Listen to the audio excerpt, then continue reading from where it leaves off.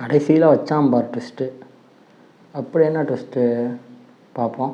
நம்ம தமிழ் சினிமால சில ஆக்டர்ஸ்லாம் எப்படின்னா கோடி ரூபாய் கொடுத்தாலும் சில விஷயங்களை நான் செய்ய மாட்டேன். அப்படி எந்தெந்த ஆக்டர்ஸ்லாம் கோடி ரூபாய் கொடுத்தாலும் கொள்கை தான் முக்கியம்னு இருக்காங்கன்னு தெரியுமா? நான் சொல்றேன். இந்த லிஸ்ட்ல நாலாவதா பார்க்க போறவர் புரட்சி தலைவர் எம்ஜிஆர் தான். இவர் ஒரே ஒரு படத்துல மட்டும் தான் சிகரெட் பிடிக்கிற மாதிரி நடிச்சிருப்பாரு. ஆனா அதுக்கப்புறம் நடிச்ச எந்த படத்துலயும் சிகரெட் பிடிக்கிற மாதிரி நடிச்சிருக்கவே மாட்டார். இவரெல்லாம் விட ஆக்டர் ராமராஜன் எந்த ஒரு படத்துலயும் சிகரெட் பிடிக்கிற மாதிரி நடிச்சிருக்கவே மாட்டார். மூணாவதா பார்க்க போறவர் ஆக்டர் சிபிராஜ். இவர் எப்படிப்பட்ட சீன்ல வேணாலும் நடிப்பாரே தவிர லிப்லாக் சீன்ல மட்டும் நடிக்கவே மாட்டார். சத்யா படத்துல ரம்யா நம்பீசன் கூட இருந்த லிப்லாக் சீனுக்கு வேணான்னு சொல்லி அதுக்கு காரணம் அவரோட பையன் இவரை பார்த்து கெட்டு போக கூடாதுன்னு இந்த மாதிரி கொள்கையோட இருக்கார். என்ன மனுஷன்?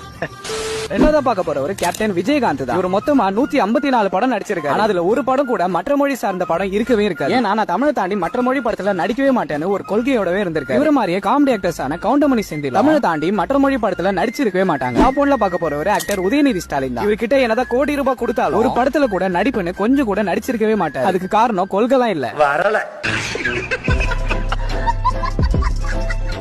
சரியான ட்விஸ்ட்டு தான். ஒரு மனுஷனை இவ்வளோ டேமேஜ் பண்ண முடியுமா அப்படிங்கிறதுக்கு இதான் ஒரு உதாரணம். அடுத்த வீடியோ போகிறதுக்கு முன்னாடி நம்ம சேனலை லைக் பண்ணிவிட்டு சப்ஸ்கிரைப் பண்ணிவிட்டு போங்க. பாய்.